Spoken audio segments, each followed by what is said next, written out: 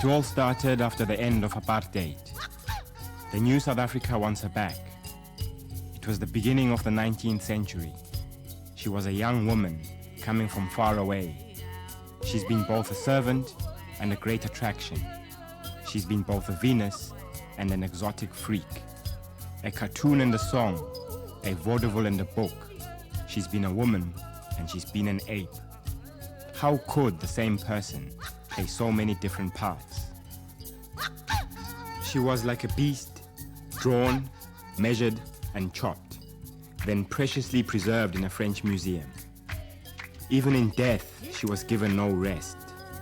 Now she is in Paris, at the Musée de l'Homme. In case number 33, they keep her skeleton. Why is she considered a symbol? Her name is Sara Baartman, and this is her story.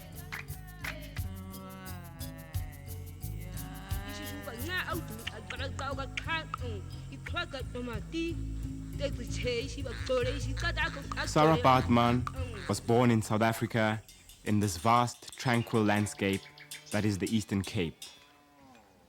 She belonged to the Khoi Khoi, a nomadic people who had roamed freely across this land for centuries.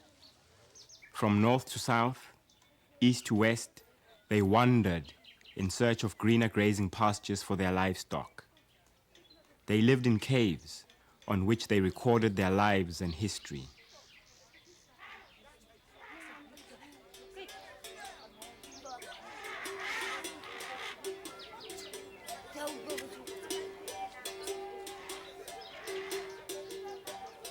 But in 1790, the tranquility of this place had long since been shattered by the brutal arrival of the Europeans.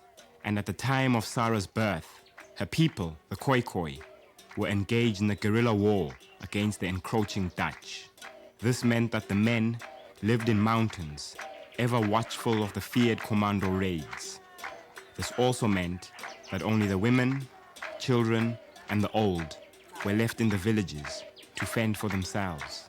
Sara was born and grew up in a war zone. We know of the near extermination of the San, or Bushmen, by commandos from Cape Town because, as they said, the Bushmen were stealing our cattle. And so thousands and thousands of San, or Bushmen, were shot over weekend commandos, like people going hunting. There was the feeling that you could do with what you liked with these people because they weren't quite human. They were subhuman, they were near human, but they weren't us. This is an actual witness account of a Boer commando raid on a Khoi Khoi village. They surrounded the place during the night, spotting the Bushmen's fires. At daybreak, the firing commenced and lasted until the sun was a little way up. The commando party loaded and fired and reloaded many times before they had finished. A great many people, women and children were fired upon that day. The men were absent. Only a few little children escaped, and they were distributed among the people of the commando. The women threw up their arms for mercy, but no mercy was shown. Great sins were perpetrated that day. This is probably how the young Sara came to Cape Town. Quel était le statut, quelle était la position exacte de Sara Baartman dans son lieu d'origine? On n'en sait rien. Ce qu'on sait, c'est qu'elle est venue au Cap comme servante. Bon, c'était un mouvement finalement assez fréquent. Lorsque les sociétés Khoi Khoi se décomposaient, finalement, les individus n'avaient pas d'autre choix que de s'engager chez des fermiers blancs et de travailler comme serviteur ou de venir au Cap et de trouver un petit travail. Bon, c'est probablement de cette façon-là que Sara Baartman est arrivée au Cap de Bonne-Espérance. She would have been ingeboekt, contracted out to a farmer somewhere in the vicinity of Cape Town, or she would have worked for the Cape Corps itself at various public works, building roads, building buildings, doing the core washing, that type of thing. So that is well how she could have ended up on Caesar's farm. This clumsy amateur sketch is all that remains of the house where Sara worked as a servant until 1810. The farm belonged to Peter Cesar, a Dutch farmer. In the spring of the same year, Peter Cesar received two visitors, his brother Hendrik, accompanied by a British surgeon named Alexander Dunlop. The two men knew too well that for the past 2 centuries, Europeans had been fascinated by the Khoi Khoi, especially the women. This would explain their immediate interest in the 20-year-old Sara.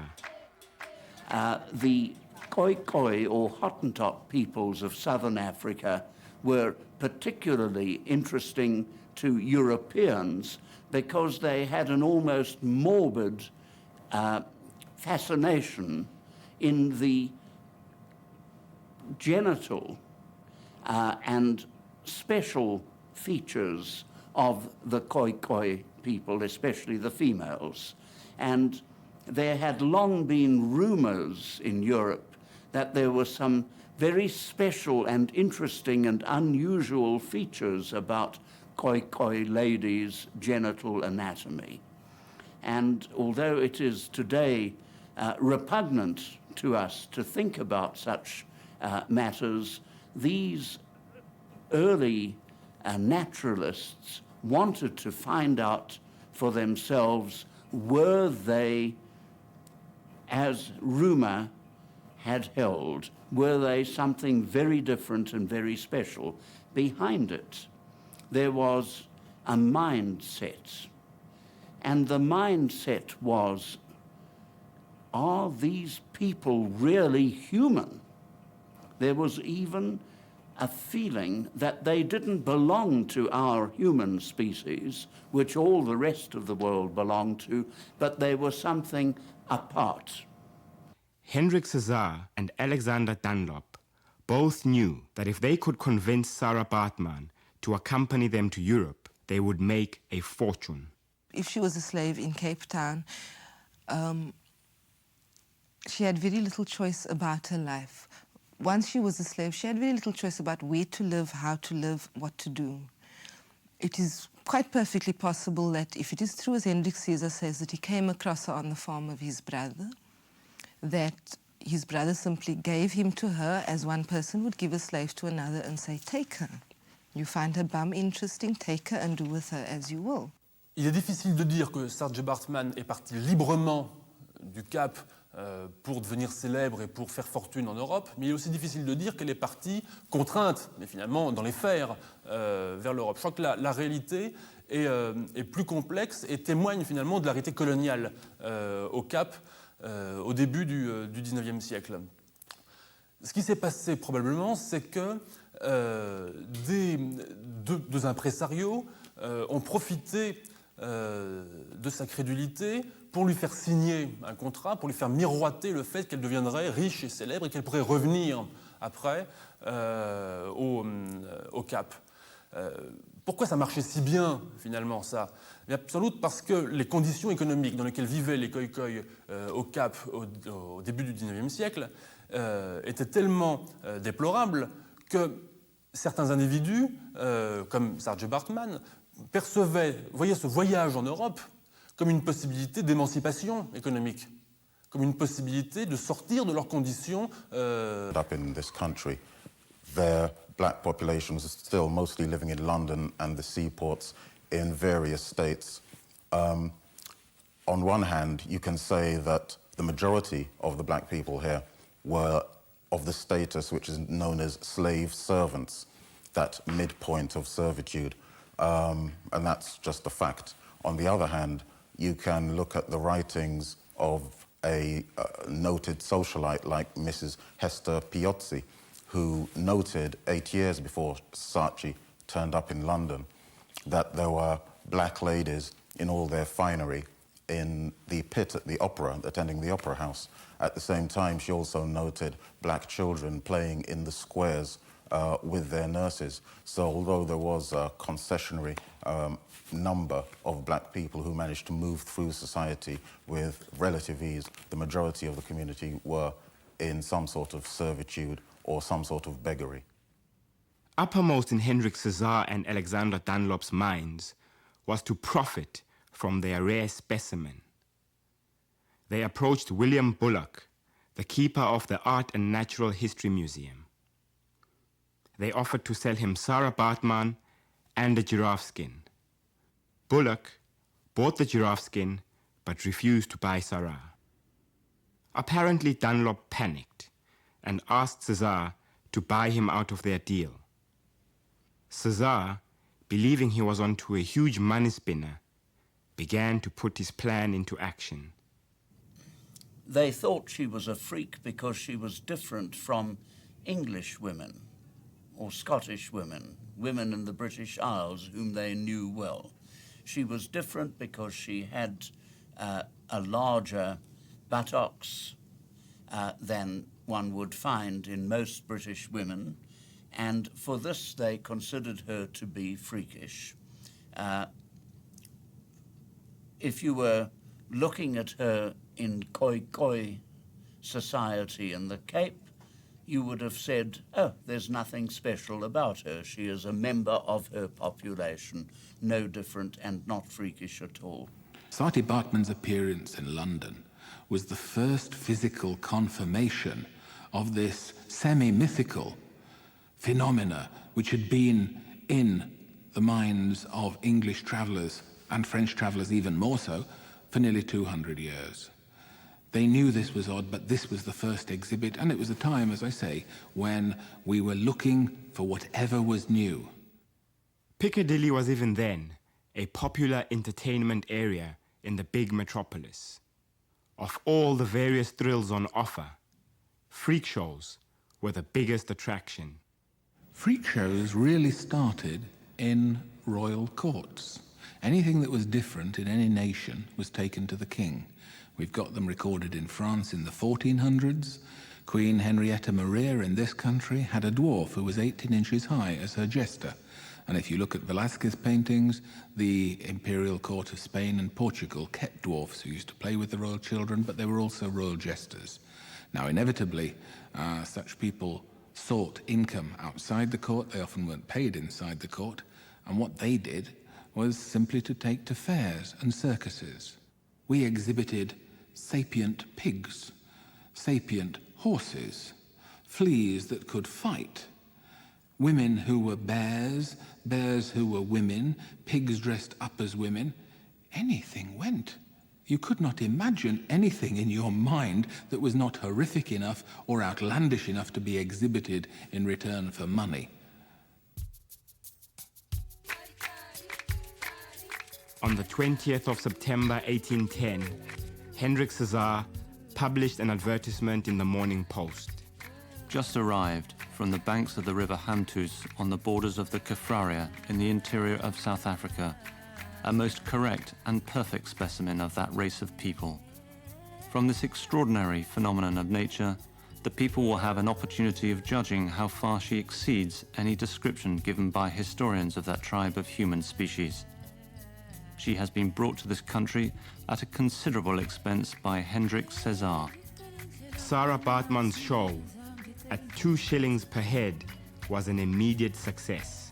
Every day, from 1 p.m. until 5 p.m., large crowds would gather at 225 Piccadilly Street. The extraordinary thing about her exhibition is that somebody drew a cartoon of it. It's in the style of Rowlandson. It may even have been a sketch by him. There stands this young Khoi Khoi woman on a plinth. She looks noble, she looks elegant, she's topless, but she's got the traditional Hoser-type apron in front of her. She is looking straight forward. At her foot kneels a woman, peering under her apron, trying to see the pudenda. In front of her are Scottish soldiers. Why did the artist choose Scottish soldiers? Because they wear kilts. Short kilts in this cartoon, and they have long sporrans over their pudenda at the front. But a dog is at the back, sniffing eagerly up the skirt or the kilt of the Scottish soldier as he tries to do the same thing to what the man at the time probably thought was a noble savage. It's a good lesson, and the sympathies of the cartoonist are entirely with the person being exhibited and not with the gawping crowd. Oh, have you been in London town? It's rare it is to see. There amongst the ladies of renown, the most renowned is she. In Piccadilly Street so fair a mansion she has got, on golden letters written there, the Venus Hottentot. But you may ask, and well I ween, for why she tarries there, and what in her is to be seen than other folks more rare. A rump she has, though strange it be, large as a cauldron pot, and that is why men go to see the lovely Hottentot. Now this was shown for many a day, and eke for many a night, till sober folks began to say that all could not be right. Some said this was with her good will, and some said it was not, and asked why they did use so ill the Lady Hottentot. From the depictions of cartoonists and songwriters of the day, one would imagine that Sara's show was one of the most comical and hilarious of London's many attractions. This was not the case. After witnessing the exhibition, a journalist for the Times newspaper reported, "The exhibition took place on a stage raised about 3 feet from the floor, with a cage or enclosed place at the end of it. The Hottentot was produced like a wild beast and ordered to move backwards and forwards and come out and go into her cage, more like a bear in a chain than a human being. When she refused for a moment to come out of her cage, the keeper let down the curtain, went behind, and was seen to hold up his hand to her in a menacing posture. She then came forward at his call and was perfectly obedient." It's interesting to note that the Anti-Slavery League and the African Institute in London at that time, which was very strongly abolitionist in favor of abolition of slavery, took up her case, and there was a major press controversy about the degradation which was being made on this poor lady who had been brought from South Africa and was now being demonstrated. She was extremely ill, and the man insisted on her dancing. The poor creature pointed to her throat and to her knees, as if she felt pain in both, pleading in tears that he should not force her compliance. He declared that she was sulky, produced a long piece of bamboo and shook it at her. She saw it knew its power. Between the 10th and the 29th of October 1810, the Examiner, the Morning Chronicle, and the Morning Post published a series of letters expressing shock at Sara Baartman's exhibition. "I allude to that wretched object advertised and publicly shown for money, the Hottentot Venus. I think, sir, that the air of the British Constitution is too pure to permit slavery in the very heart of the metropolis. Your obedient servant, an Englishman. I am, sir, yours, Humanitas. I am, sir, yours, a white man." Hendrik Cesar's response followed shortly afterwards in the Morning Chronicle. He claimed that the Hottentot Venus was a willing participant in the show, that she was getting a fair share of the profits, and that anyone who could understand her language would hear from herself that she is treated with the utmost humanity, kindness, and tenderness. The abolitionist movement had gained a major victory in 1806 with the banning of the slave trade. At the time, slavery was still legal throughout the British Empire, except on the grounds of Britain itself. So, to have found a slave on British ground who had come on presumably a British ship from a British colony would have been to undercut their victory in so many different ways. They fought hard to abolish the slave trade. And I suppose it would have felt to them like a slap in the face. So I think this to me was the motivation behind the court case. The African Institution was an abolitionist movement whose main concern was protecting the rights of freed slaves.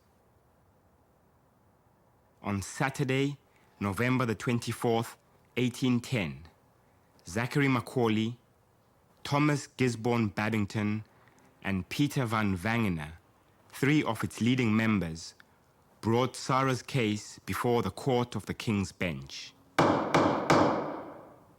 The Attorney General sought only an opportunity to ascertain whether the woman was in a state of coercion.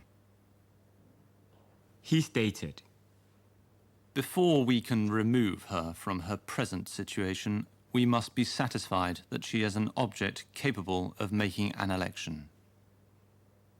These then were the issues to be resolved with Sara Baartman, the Hottentot Venus. The court interview lasted 3 hours, and Sara Baartman was asked the questions in Dutch. The following is a transcript of the interview. She agreed to come to England for a period of 6 years and was promised half of the money for exhibiting herself. Mr. César promised to send her back home after that period at his own expense. She is kindly treated and has everything she wants. She is perfectly happy in her present situation. She has no desire to return back to her own country.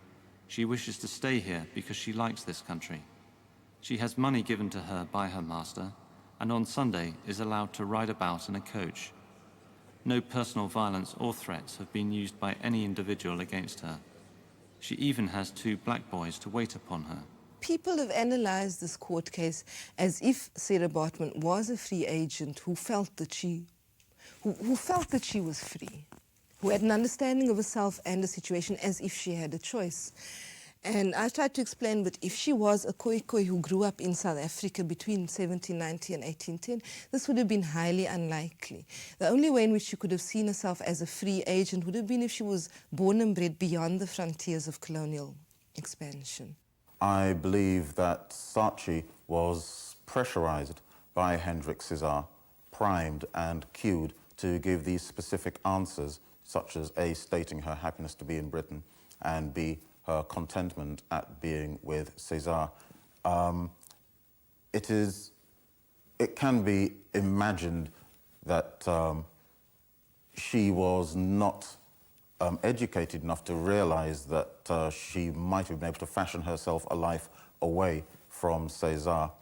We don't really know what sort of influence that César exerted over Saatchi, but she did make these utterances, and the court stood by those decisions. She didn't want to go back to the slavery which the governor had just unwittingly imposed upon her people. She certainly knew the story, almost certainly must have known the story, it was common in London, that American slaves brought back here, out of 1,100, 400 went back to Sierra Leone, and within a very short period only 64 of them survived. We didn't know about resistance to disease and antibodies that you build up and lose through generations there. She knew that if she went back, she was either a slave or dead, I believe. Of course she refused. She was a sensible woman. People tend to think of her as this very, very responsible, mature person. No, she was a kid when she went into exile. After the introduction of this new evidence, it was clear that the 3 members of the African institution had no case. Lord Ellenborough, the presiding magistrate, summed up the case by saying, "If any immodest or indecent exposure of this female stranger should take place, those who have the care of her must know that the law would direct its arm with uplifted resentment against the offending parties." He then declared the case closed.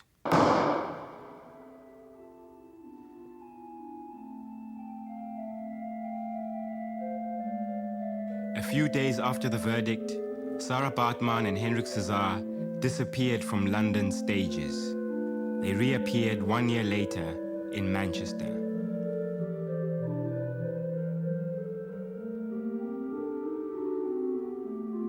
Fortunately for Sara, this wasn't another sordid exhibition. She was baptized on the 7th of December, 1811.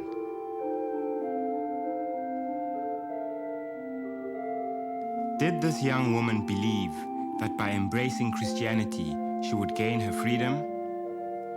Or did Hendrik César believe that baptizing his Hottentot Venus would gain him respectability? We will never know.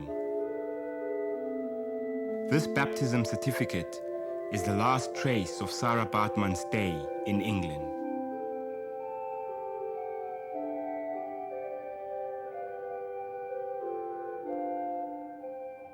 Khoi Khoi, le premier Khoi Khoi qui arrive en France. Il y avait déjà eu d'autres Khoi Khoi ailleurs en Europe à l'époque antérieure, mais en France, c'est la première Khoi Khoi. C'est évidemment pas la première africaine à arriver en France. Il y avait déjà toutes sortes d'Africains en France à cette époque-là. Il faut comprendre le contexte, cependant. Hein. L'esclavage n'était pas aboli, il était loin d'être aboli encore en France à cette époque. Le contexte politique, c'est un complexe très trouble. Hein, tension entre la France et l'Angleterre, etc., passage de l'Empire à la royauté. Le contexte intellectuel, c'est le contexte qui fait suite au voyage de Péron en Afrique du Sud. Dans le contexte politique de l'époque, les savants sont ballottés d'un camp à l'autre. Bon, certains des savants qui examinent Sara Baartman en mars 1815 sont des gens qui ont participé à l'expédition égyptienne de Napoléon. Bon. Donc il y a tout un contexte extrêmement trouble au plan politique, au plan intellectuel, présence d'Africains en France, et c'est là-dedans, dans ce contexte, que Sara Baartman arrive en France et fait scandale, en quelque sorte. There is no better place in the whole world. Palais Royal will fulfill your wildest fantasies. The latest fashions, art galleries, gambling houses, theatres, music, the best restaurants, brothels. Palais Royal has it all. This is how a French journalist described the only place to rival Piccadilly of London. We are at the beginning of September 1814. Hendrik César brought Sara through the majestic gardens of the Palais Royal, and there they entered a shop. He sold Sara to an animal trainer named Ryu and disappeared from her life forever. Just across the gardens, Ryu found the best place for his latest attraction. On the 18th of September, the Journal du Paris ran the following article. Just arrived from London is the Hottentot Venus. She is to be seen at number 15, Rue Neuve des Petits-Champs, from 11 a.m. till 9 p.m. Admittance, 3 francs. En Angleterre, Sara Baartman a été beaucoup caricaturée. Bon. En France, elle n'a pas été tellement caricaturée. On n'a pas tellement de dessins, de représentations d'elle dans la presse. En revanche, on a beaucoup d'écrits de journalistes. Et puis on a surtout des témoignages montrant qu'elle était parodiée. Bon. Mais en personne. Bon. Il y a eu des vaudevilles qui ont été écrits. Un vaudeville, c'est finalement une pièce de théâtre de boulevard mêlant intrigue amoureuse et sexuelle avec le comique. Bon. Cette instrumentalisation de Sara Baartman est très intéressante parce que ça mêle à la fois le sexe et l'humour. Et finalement, chose qu'on retrouve dans son nom de Vénus Hottentot. Hein, il y a quelque chose qui fait rire à propos du sexe. At a typically chic Parisian dinner, where Sara appeared as the special guest, a French journalist recorded the encounter. Someone announces that a marvel was to come. The doors opened and you could see the Hottentot Venus appearing. At her sight, all our ladies huddle and hide behind a curtain. This poor Venus notices and grows sullen. Her head leans on her chest, tears fall from her eyes. She wears skin-color tight clothes. Her face is flat and her nose is small, but she has huge hips. This is a Calipige Venus. Her feet are small, her legs short, and her complexion is light green. To summarize, this is not a very appealing Venus, even more so after seeing the Medici Venus. She jumps, she sings, she plays Basque drums. Someone gives her sweets to encourage her to do this or that trick in her manner. She is, like any other woman, a little stubborn. Sometimes she sulks for nothing. She gets angry for nothing. Her mood changes, though, when you compliment her. Around her neck, she wears a tiny piece of turtle shell. She often holds it between her two hands, puts it to her lips, and looks up to the sky. I was moved.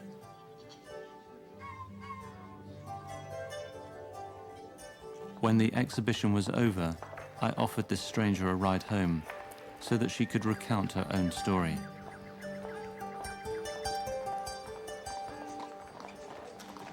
My name is Sara. Very unhappy Sara who did not deserve her fate. My father was the head of the hunters, and my mother was the one who organized our festivities. Everybody wanted to marry me. Solka was the one, among others, who touched my heart with his words. Our union was decided.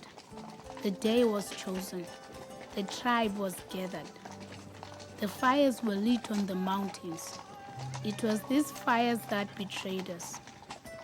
A terrible battle broke out. I was separated from my companions.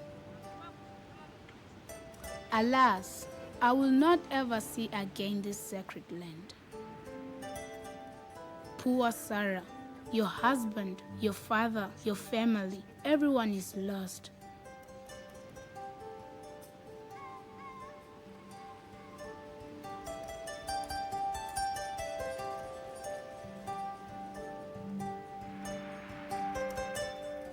The carriage stopped and we got off.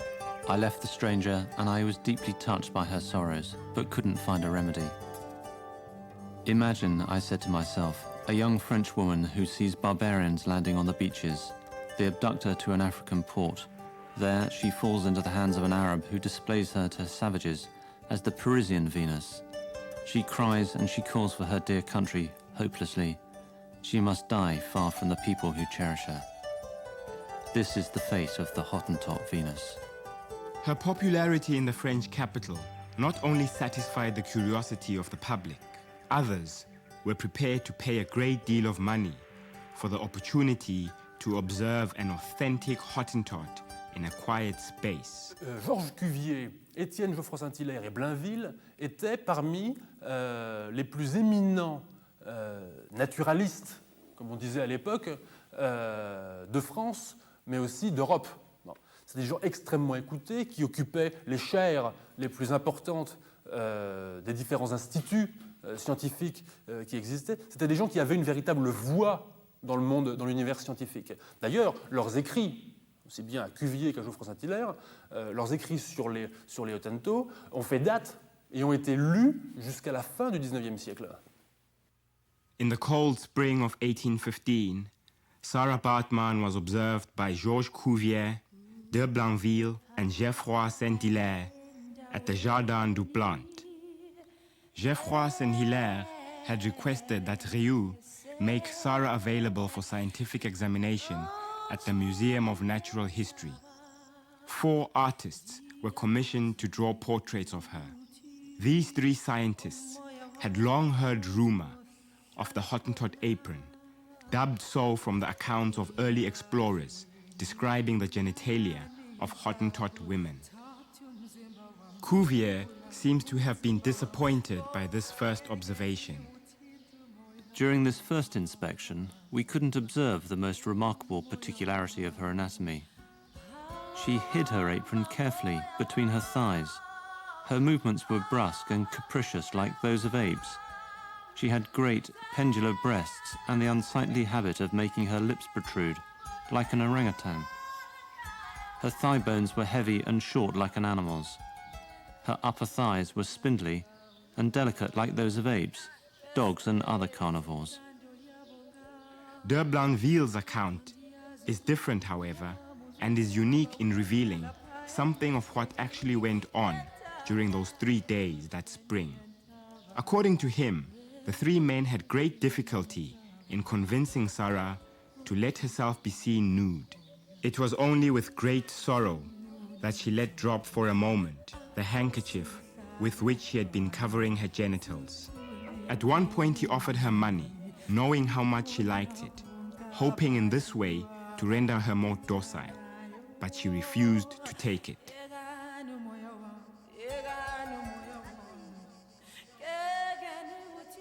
After the 3 days of observation at the Jardin du Plan, Saint-Hilaire, at the request of Riou, wrote a certificate detailing his account of the observation. He wrote, This woman presents a singularly remarkable trait, the prodigious volume of her buttocks. But we will not dwell on this feature, as it can be noticed through direct observation. We noticed that when female apes have disorders in their menstrual cycle, this disorder makes them develop buttocks proportional to the ones we noticed on the Hottentot woman.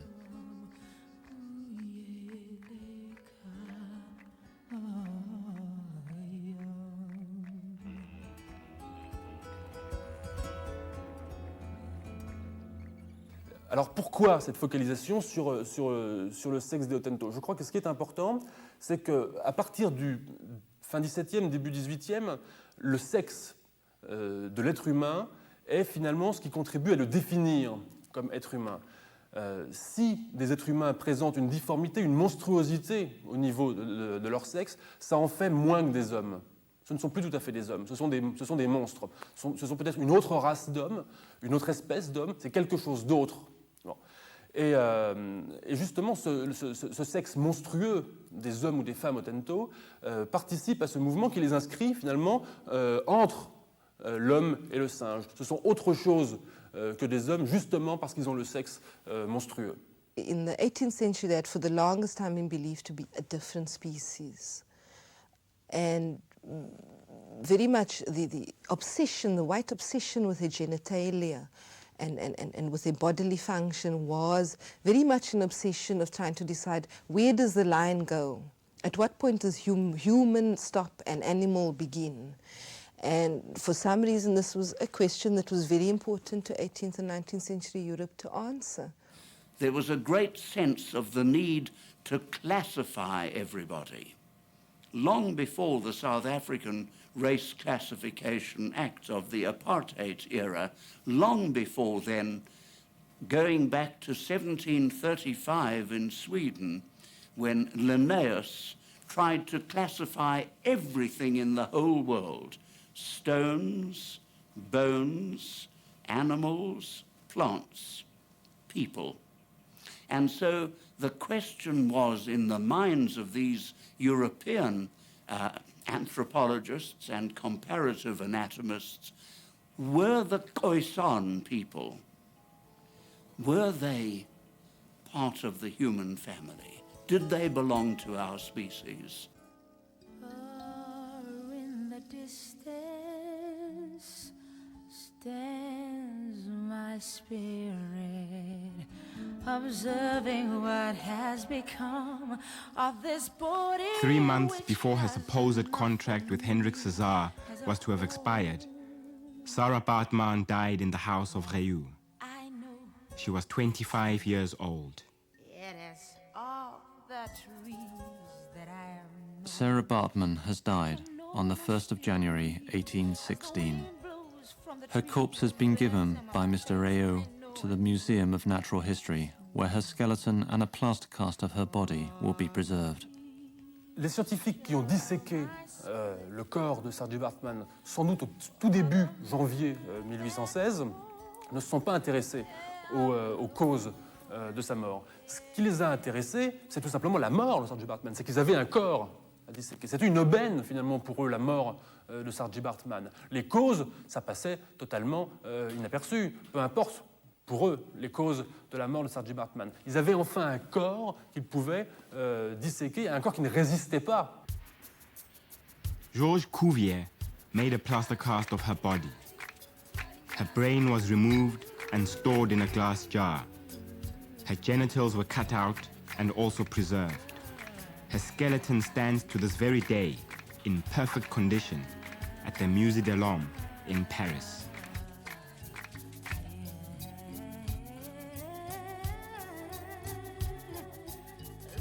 After his dissection, Cuvier presented his findings to the Academy of Science.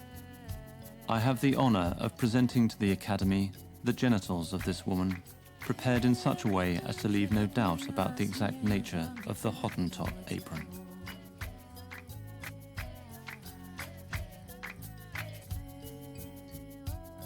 Il a fait une description qui était à la fois très anatomique, très exagérée et fondamentalement raciste. Il est clair que la description de l'autopsie de Sara Baartman par Cuvier est un des meilleurs témoignages de l'omniprésence des préjugés dans toute activité scientifique et de la manière dont les observations peuvent être déformées. Parce que quand vous regardez ici Sara Baartman, vous regardez son squelette, c'est un squelette de femme moderne, comme n'importe quelle femme d'aujourd'hui. Elle n'a absolument aucune particularité autre que sa petite taille. Et dans des quantités de population, on a des hommes et des femmes qui ont une taille aussi petite ou plus petite que celle de Sarji. Scientific racism originated very much in the post-Sara Baartman period. Like I say, it was built on her body. These forms of conclusions, this type of theory was built upon the body of her and the many women that followed her. I mean, there have been at least another 5 Hottentot Venuses in the 19th century. Sara Baartman's skeleton and plaster cast were on public display at the Musée de l'Homme until 1974. Surprisingly though, her brain and genitals have disappeared. Is it possible that Sara's missing organs are here, among these many anonymous bottles, still under the watchful eyes of Georges Cuvier?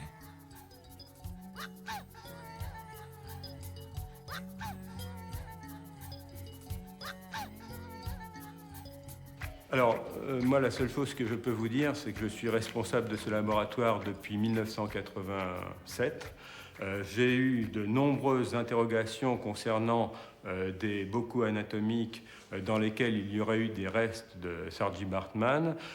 Nous n'avons pas ça dans nos collections ici. Alors, est-ce que cela a certainement existé puisqu'on en parle tellement, mais je ne sais pas ce que c'est devenu. Quand le laboratoire d'anthropologie du Musée de l'Homme a été créé, une partie seulement des collections qui étaient au laboratoire d'anatomie comparée et au précédent laboratoire d'anthropologie au Jardin des Plantes ont été déménagées ici. Et en particulier, les pièces anatomiques, généralement, sont restées au Jardin des Plantes.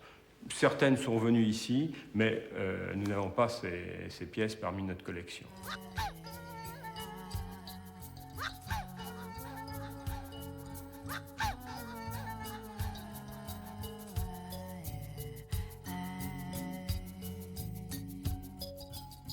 Oh, she must be buried, of course. She must be buried. Khoi Khoi religious belief would say that her soul cannot be at rest until her body is respected. I mean, to put in a glass case, to chop a body up to pieces and put various parts of it in various glass cases and let people come see it, there is just no way it can be respectful. In Khoi Khoi culture, it is not respectful.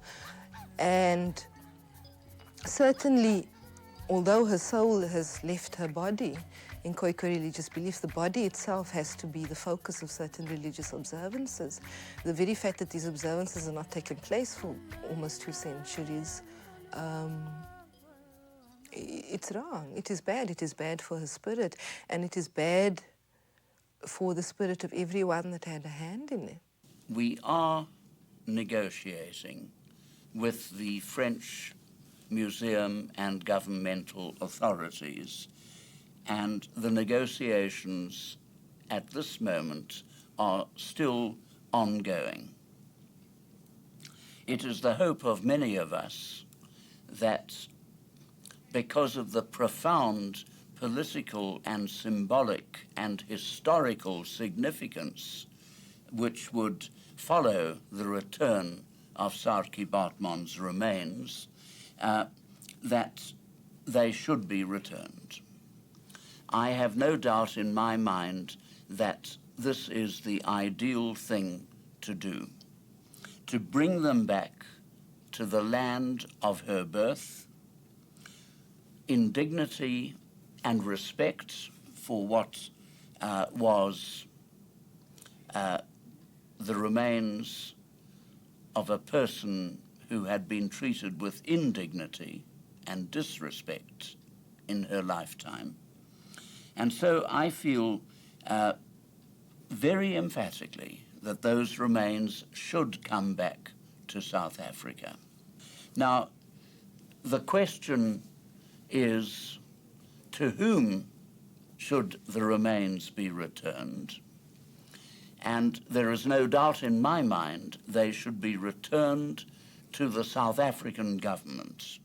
Surtout, je ne voudrais pas que si Sara Baartman, un jour, par exemple, devait, par suite à une décision politique qui ne dépend pas du tout de moi, mais devait retourner ici en Afrique du Sud ou ailleurs, je ne souhaiterais pas du tout qu'elle soit un objet de division entre les Sud-Africains, qu'elle soit l'occasion de donner, de présenter des revendications des Khoisan ou des Griquas ou de je ne sais qui contre le reste de la population sud-africaine ou bien contre le gouvernement qui maltraiterait les minorités. J'ai l'impression que dans l'exploitation qui a été faite de son cas, il se trouve quelque chose que nous avons vu souvent ces dernières années, quand des mouvements prétendus indigénistes et qui prétendaient défendre des minorités de population contre des majorités ont été beaucoup stimulés par un certain nombre de personnes, en particulier aux États-Unis et au Canada. I'm not going to suggest that everybody who's ever been dug up should be put back into the ground. Science would come to a standstill if that were followed. But I believe that the government could erect a shrine for her, perhaps in Cape Town, from which she was recruited to Britain, at which Khoisan people themselves could be the curators and custodians of her remains, with panels reflecting this tragic history of Sara Baartman, the Hottentot Venus. I'm going back to Africa.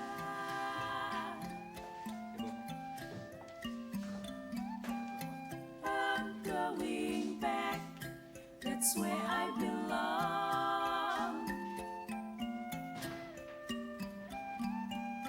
Beautiful faces, beautiful country, beautiful people, African music. I'm going back to Africa.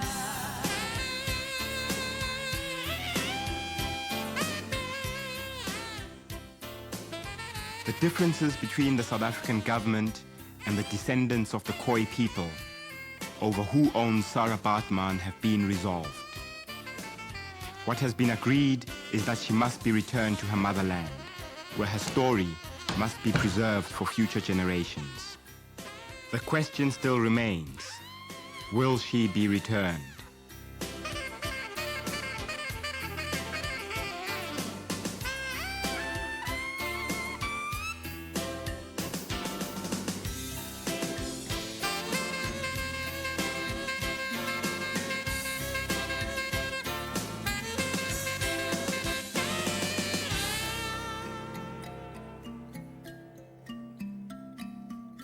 I'm going back to Africa.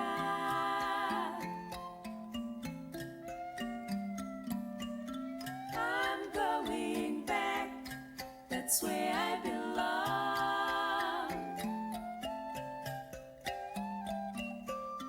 Beautiful faces, beautiful country, beautiful people, African music. I'm going back to Africa.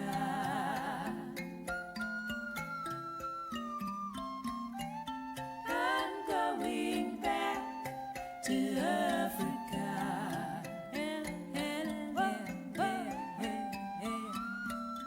I'm going back to Africa.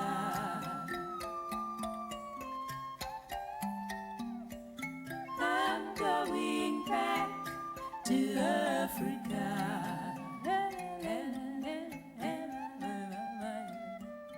I'm going back to Africa.